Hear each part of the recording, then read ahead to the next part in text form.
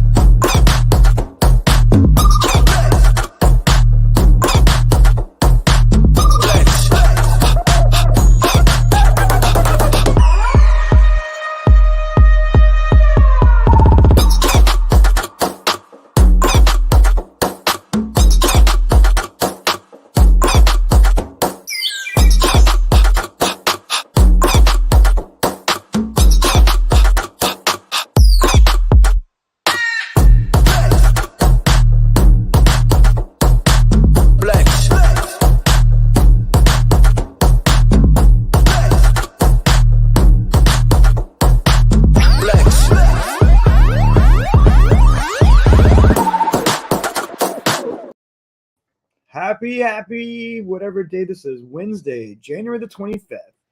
And we have started the day off right. First of all, Clump Sauce, the ardent Detroit Red Wings fan, thank you for joining. And what a birthday gift from the Wings beating the lowly San Jose Sharks. But at least they won, right? So that was good. Overtime winner, we can talk about that. Good morning to Danny. Thank you for joining. Nice to see you in the morning. I don't know. How are we going to do this happy birthday song? Hope you like the live song. Oh, did you give a live sing song? I missed this. Well, we're glad to have you here. Good morning to RJ Calabro. Please do hit the likes and the subscribes. Turn on your bell so you get notifications. I don't know if Clump Sauce is back. Oh, I'm glad you took a little break from work. I mean, all work and no play makes Danny a dull boy. So today we have good news for the Red Wings fans. There hasn't been a lot of great news lately. Oh, I missed this last night. So if you watched the game last night for the Red Wings, you'll know that this turned out okay. And it is what it is. I mean, these are two not amazing teams at the moment. But I would say, Red Wings now climb 2 games above 500, so doing a lot better than the Sharks. The Sharks 14, 25, and 10. Blows my mind sometimes when I look at that roster, because it's not terrible. The goaltending is not fantastic, and we know the defense is weird. The defense has Marc-Edouard Vlasic, who's just one of the many overpaid players in San Jose. Mike Grier there to clean up the mess. He's already moved out Brent Burns. Can he move out Logan Couture? Can he move out the guy who looks like he might even win the Norris Trophy, Erik Karlsson, suddenly having a renaissance? Can you believe Erik Karlsson has been in San Jose for 6 miserable years? That has not worked out very well. But he's having a phenomenal year this year. If he can stay healthy, then I think we see what he is capable of. He's highly motivated to get onto another team, which would probably mean they would have to retain some salary. Timo Meier is an awesome young player, and they're saying they can't re-sign this guy. They don't have cap room for him. Restricted free agent that needs to be qualified. You can't keep this guy. He's already got 28 goals. Even Logan Couture's numbers are not that bad. How good would a Logan Couture look on, say, Minnesota right now? He would be their number 1 center. Can you imagine Logan Couture as an upgrade over pretty much everyone at center in Minnesota? But they have their own cap issues to worry about, as we know. Well, let's take a look at this game. It was scoreless after the first. It was a close game at that point. Pretty quick game, actually.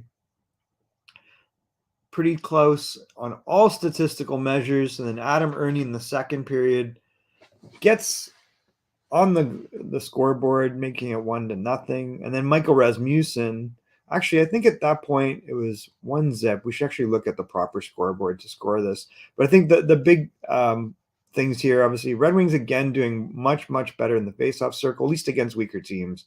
The block shots, one thing about Detroit, they're much more committed to this. 23 block shots to 9. San Jose Sharks are not stopping nothing. They're just like, I'm just going to let this go through and let James Reimer deal with what James Reimer deals with. No power play goals on the night. Adam Ernie, as we mentioned, gets them on the board 1-0. And then Timo Meier, who's having an absolutely phenomenal year. This guy's point a game, 28 goals. Thomas Hertl also having a great year. Erik Karlsson having a great year. There's at least one top line there, making it 1-1. And then Michael Rasmussen making it 2-1.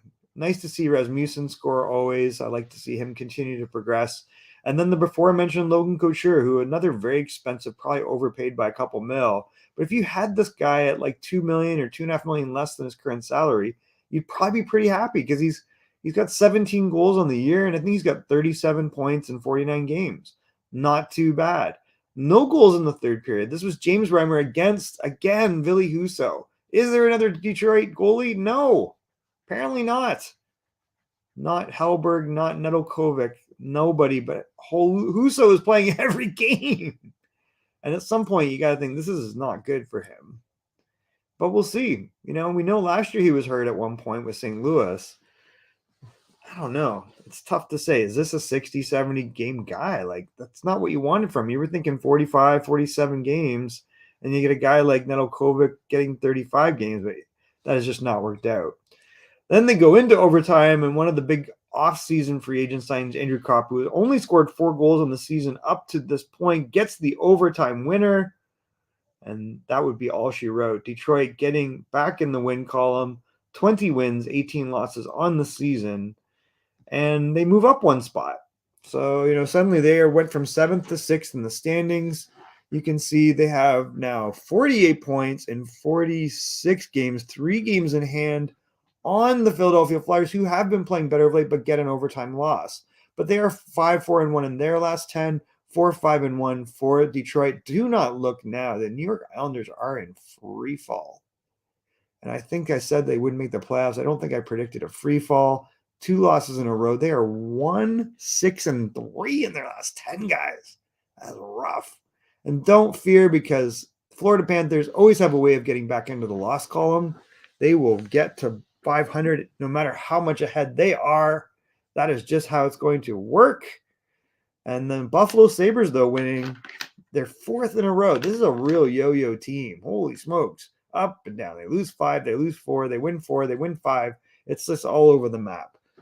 Pittsburgh getting an overtime win last night, and Chris Letang returning. It was a barn burner. We can take a look at that later. Good morning to ENORTAP. Thank you so much for joining. We are going to look ahead now, because we've covered the game from last night. Not a heck of a lot to cover, is there?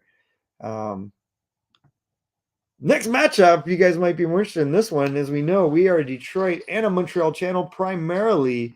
What do you think about this matchup? Lots of young players suddenly on the mend. Cole Caulfield gone for the season for the Montreal Canadiens. Slavkovsky, I think, is gone for the season. They're a little rough shape, but they are 5-5-0 in their last 10 versus 4-5-1 for the Red Wings, but they are 5 games below 500. Good morning to Lucky Luciano. Thank you for joining. How are your Montreal Canadiens doing? On paper, a little bit better than they were. We know they had a real rough time there for a while, putting them in the Connor Bedard sweepstakes. Will they remain in this, or will they turn their season around? It seems unusual. Now, Kirby Dach, we know on the game last night, got on the board twice. So maybe what we do is, I did want to take a look at some of the scores before we preview this game, actually.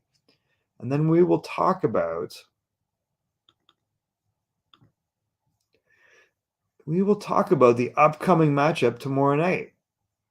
Detroit versus Montreal, another epic battle. We reviewed, this is Boston beating Montreal last night. I mean, there is no shame in that. Has Boston lost 6 games on the year? No, they haven't. I think they are like 38, 5-4. Kirby Dach, though, got off to a great start last night, getting his 9th. And you're like, could he get his 10th of the year? That would be a nice little milestone. And he was playing with Dadonov and Hoffman on the power play, and that is their specialty. 9 assists and 8 assists, that is despicable for Dadonov and Hoffman for what they're supposed to do. But they helped last night, making it 1-0. Taylor Hall, this guy's kind of settled into be a 55, 60-point guy. And I guess at $5-6 million, the world has caught up to him, and that's what he is worth. And he is part of a real powerhouse team, though, providing secondary scoring on a team that needs it. He evened this game up at 1-1 on the power play from Pasternak and McAvoy, who are having terrific years. And then David Krejci returning from overseas sabbatical, getting his 12th. He has been so instrumental in the turnaround of this team as well, solidifying the second line for them.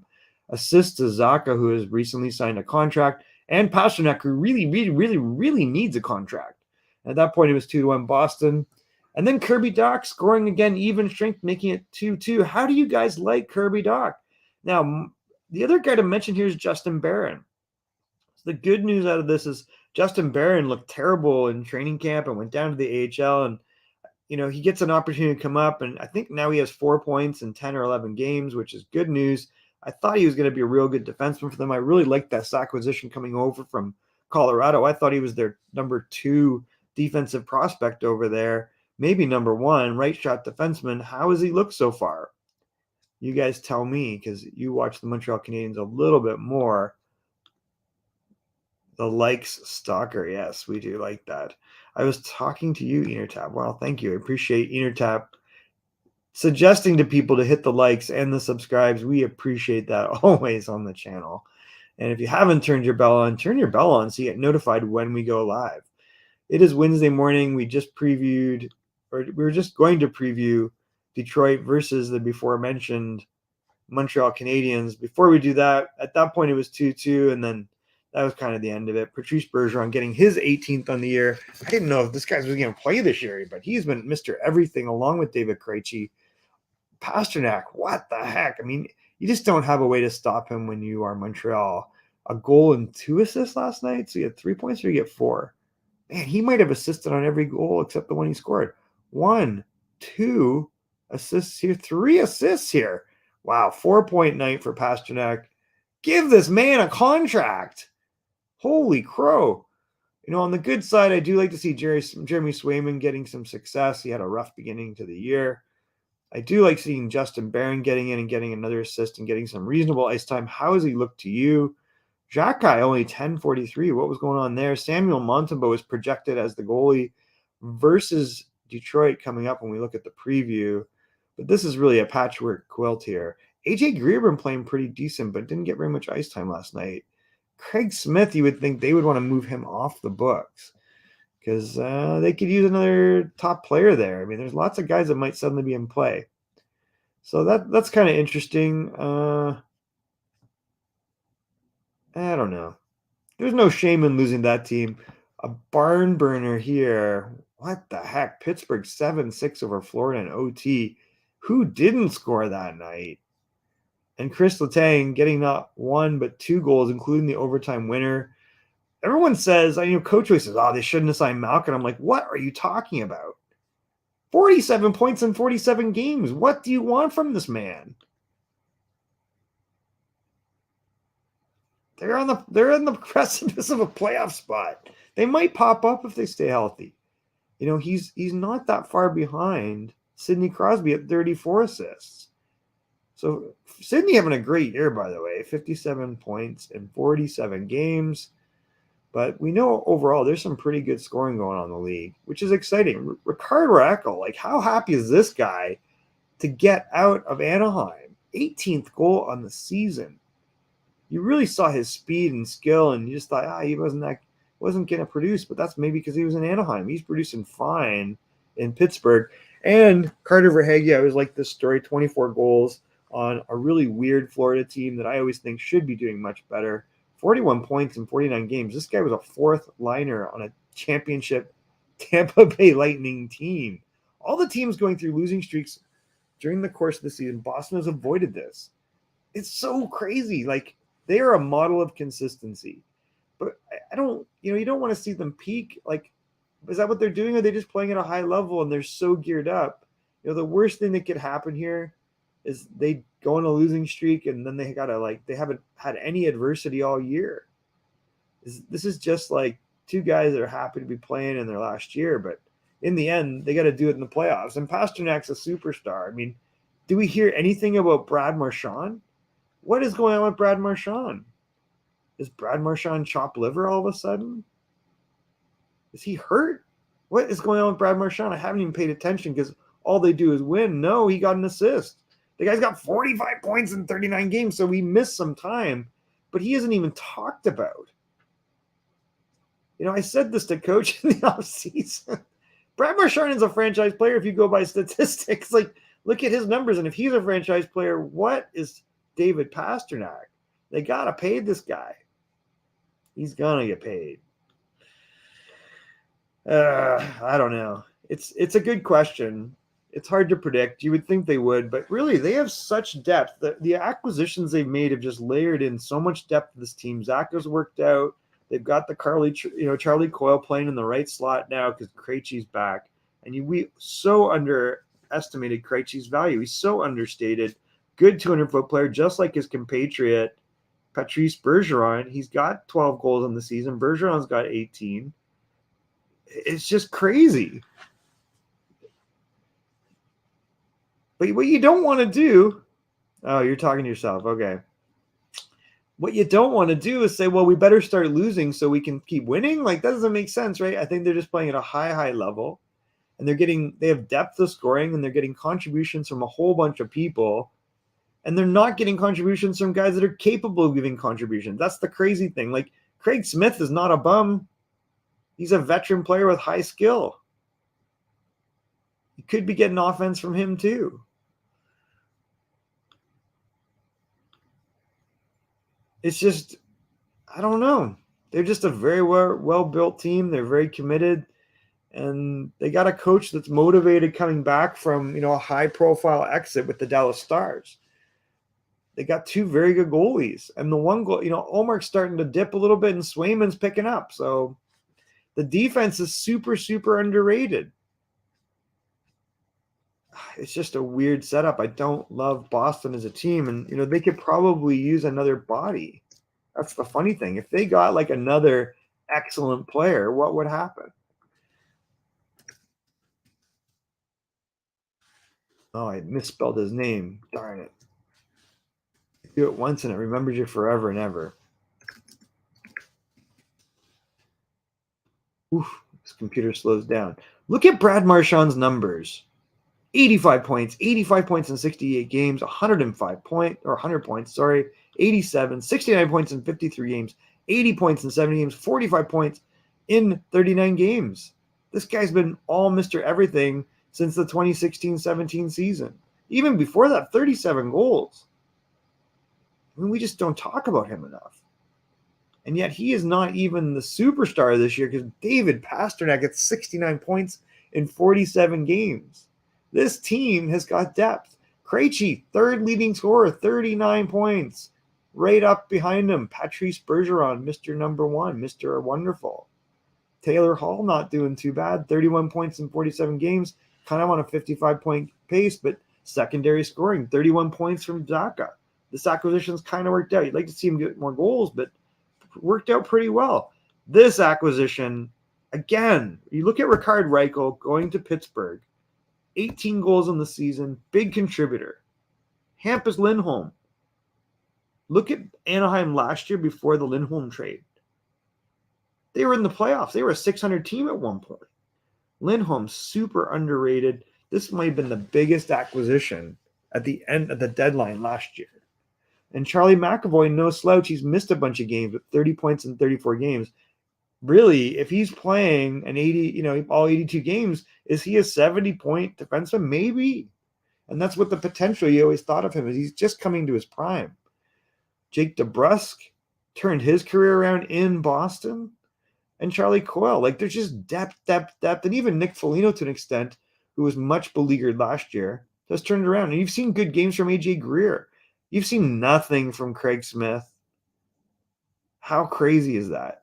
I don't think this guy's a total bum, do you? And you've got great, like Linus Ullmark, 182 still. Wow. I mean, there's something to be said there. This is a very tough team to play against. And Jeremy Swayman's numbers have been coming up. Not that they were horrible. The team's just really good.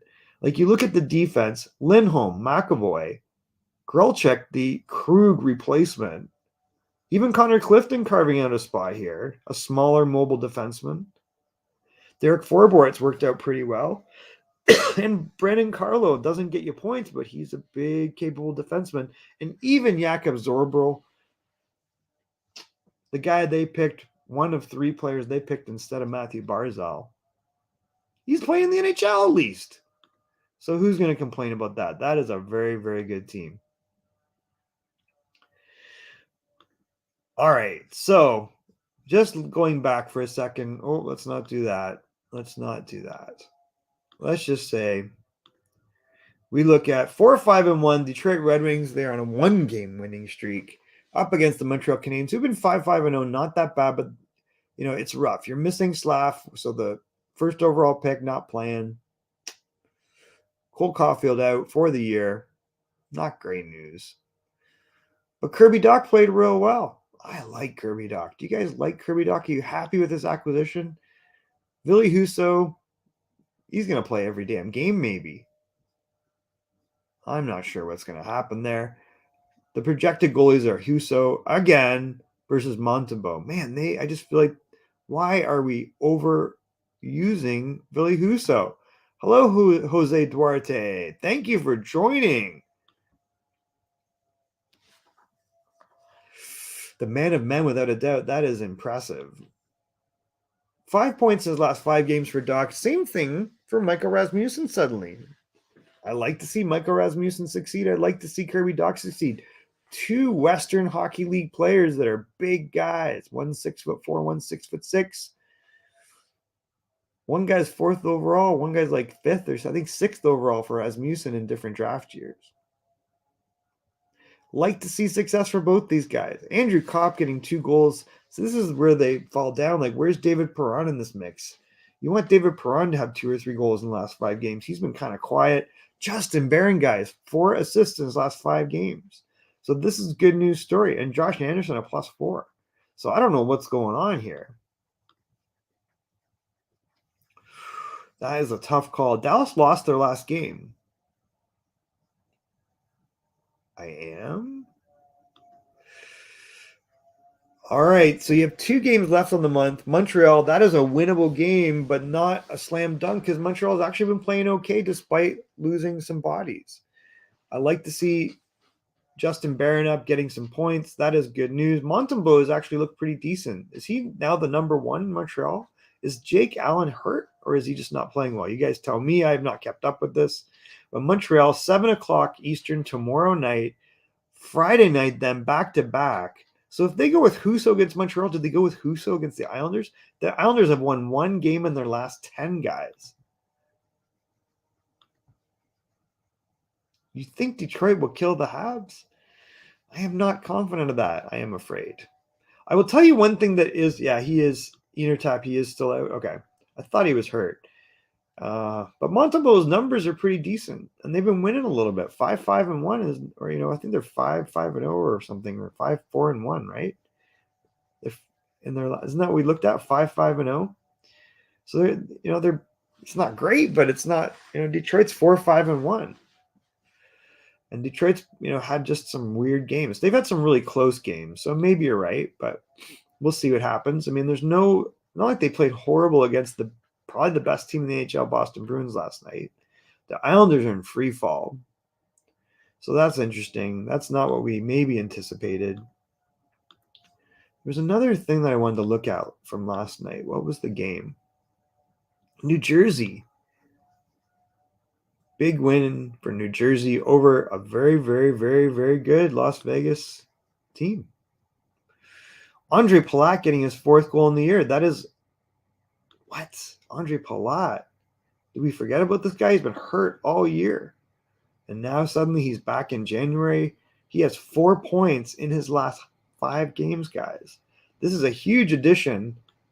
Huge playoff performer. Excellent veteran. He's won 2 Stanley Cups now, I think, right? With Tampa back-to-back, and then was in the finals again. Ben Hutton still carving out minutes in the NHL. You would think Nick Hague would have a lot more points there, but he was hurt early in the year, wasn't he? No. He's played 48 games. 11 points. You want to see some more offense from Nick Hague. And then William Karlsson, 11th on the year. Not horrible. Dougie Hamilton having a real good year, getting 2 goals, and Vanacek getting an assist here. So this has been good news. But, Thompson, 917 saves, so not terrible, but Vanacek just that much better. And huge Mr. Wonderful Jack Hughes on pace for a 100-point season again. If he stays healthy, that could be good news for them. And Nico Hischier having a very good year. Bachfist getting in the lineup, but Brad is another big story for this team. Lots of balanced scoring again. 48 points in 47 games. Good morning, Vinny. How are you doing, my friend? Appreciate you joining. So we reviewed the game last night. A nice little win in overtime with a goal by Andrew Copp. 3-2 Detroit Red Wings over the lowly San Jose Sharks. Who do you think the Sharks are going to be able to move? You would think, again, if you got a Logan Couture in Minnesota, wouldn't you be happy? But I just don't think the salary cap's going to work. If you get a Logan Couture, where else would he fit? He would fit nicely in Colorado. If you are the Detroit Red Wings, I was thinking this last night, and they have to move Timo Meier out of San Jose, what would you give up to get Timo Meier in Detroit? Because Timo Meier would be a game changer in Detroit. He really would. He would take the pressure off of Dylan Larkin. He can center a line. He can play wing. Got 28 goals in the season. Do you give up a young William Wallander who's having a great year in Sweden? Do you give up a Jonathan Berggren? I don't think so. It's Jonathan Berggren. You saw the game last night. He is so good. Nobody's going to Winnipeg. You're not going to go from San Jose to Winnipeg. Nobody's going to say yes to that. Meier is young enough. He needs to be qualified as a restricted free agent. And they're saying that San Jose doesn't even have the money for that. So that's messed up. They might move him just because of that. That's insane. Would you not move a Thomas Hertl before you move him? Although, Hertl, the Turtle, is under contract. Didn't he say something bad about Winnipeg? Doesn't everyone? Nobody wants to go to Winnipeg. That is not a good place. Detroit is way better. I'll tell you why. Because A, it's in the United States. B, it's a border town, so it is, it's close to other places. You can fly to warm places quickly from there. And I'll tell you what, they treat, it's got a good fan base. And if you go and you live on the outskirts, it's pretty nice. If you live in downtown Detroit, as I don't think very many guys do, but right around that arena is really cool. They got a really nice baseball park. They got a lot of cool little restaurants. They got a lot of cool little shops. It's inexpensive. And Winnipeg is just the middle of nowhere, man. It's not an easy flight to anywhere. It's terrible, terrible weather. It's definitely milder in Detroit. At least in Detroit, you got a little bit of culture.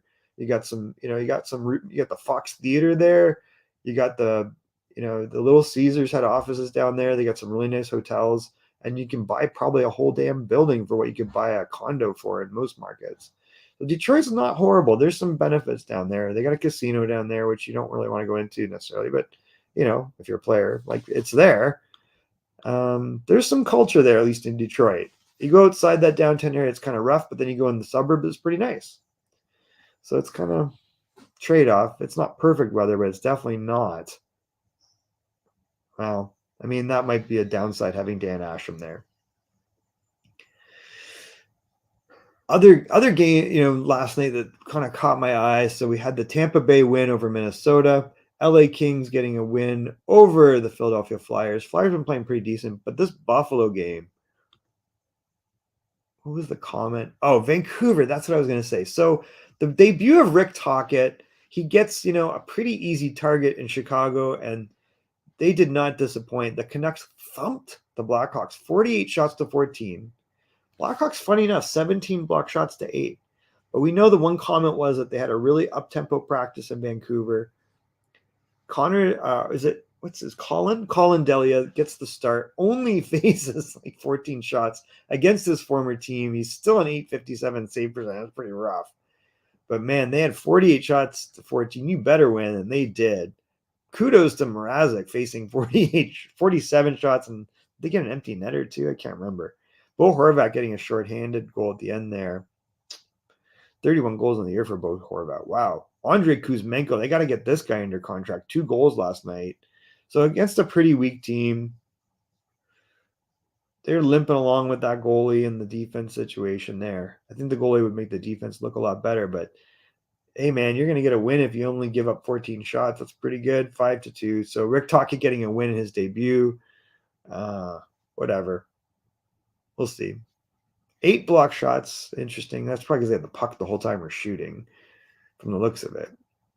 Lots of block shots for Blackhawks, which means 65 shot attempts by the Canucks. This is like shoot everything at the net. So congrats to Rick Tocchet on his first win. I don't know what their schedule looks like. Win for Nashville. Nashville is another yo-yo team beating Winnipeg last night. Buffalo getting their 4th win in a row, guys. What the heck? That is good news. Owen Power scoring again, his 2nd. So is that back-to-back games for Owen Power? Alex Tuch getting goals. Skinner getting his 20th.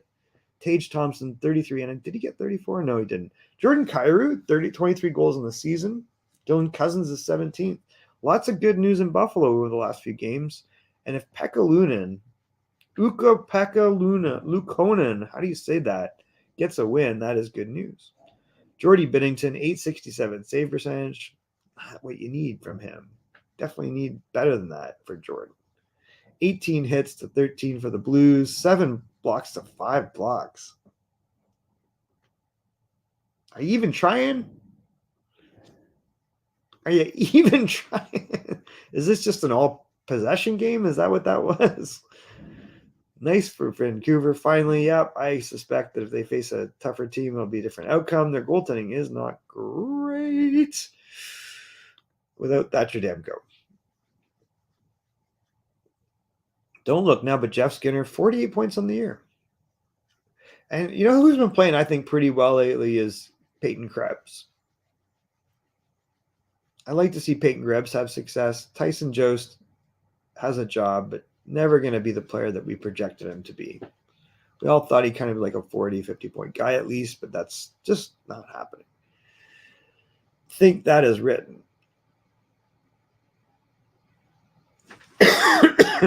Kevin Fiala, guys, point a game, gets his 18th goal last night. Did he get a shorty? Unassisted overtime winner, 17th goal in the season. He has 51 points. This acquisition has been absolutely phenomenal. What a difference maker this guy would have been in Nashville. Is Nashville, this is one of those things where they pull out one piece and it falls apart and you put it over here and they just keep winning in spite, like they're winning with Phoenix Copley. And, you can say what you want about Philadelphia, but they've been playing a lot better. Same with Fajimo, another one of these young players in LA that's starting to get some traction. Quinton Byfield getting his 6th assist. He's now got 8 points, I think, in 21 games. So that's all good news. Owen Tippett having some success in the new Philadelphia system. 13 goals, 13 assists, 26 points, 44 games. You're not too unhappy with that. I mean, it's another guy that was given up on by Florida. Like, I don't get what's going on over there. Fajimo's 2nd goal of the year in 7 games. So this has been a good call-up. We know he's got nice hands and he can score. Right-hand shot. If they can get him on the board consistently, that is really good news because they don't have to trade for another player. And Kevin Fiala working out terrific. What's going on with Tage Thompson? Maybe just to get him away. I mean, he scored last night. So I don't know. Who was he playing with last night? Will Detroit make the playoffs? No. They will not. Why would Detroit make the playoffs? If they get Timo Meier, maybe they'll make a run. But why would, Timo Meier would be a great addition. They've got lots of young assets in Detroit. Would you not like to see, if you were, Stevie Yzerman, would you sacrifice a first-round pick at this point? They have 2 seconds this year. So they give up their first. If you think it's a top 10, I don't think you can do that. They got William Wallander, they got Marco Casper on the way, and they got Simon Edmondson brewing in the AHL. There's some assets there. Wallander's going to turn out real nice.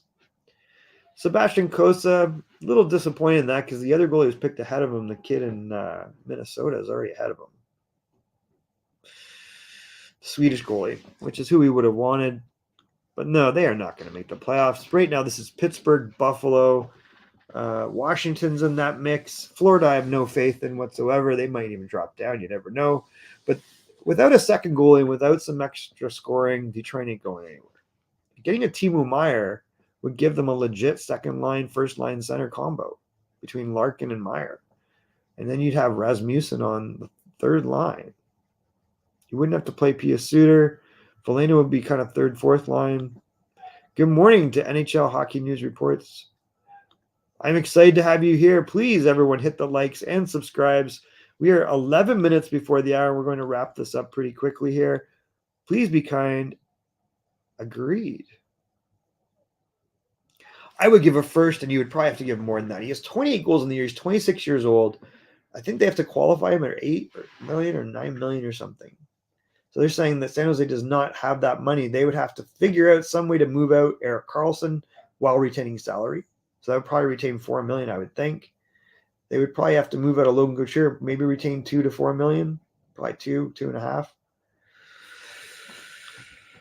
Listen, Meier is elite, 28 goals. He is only 26 years old.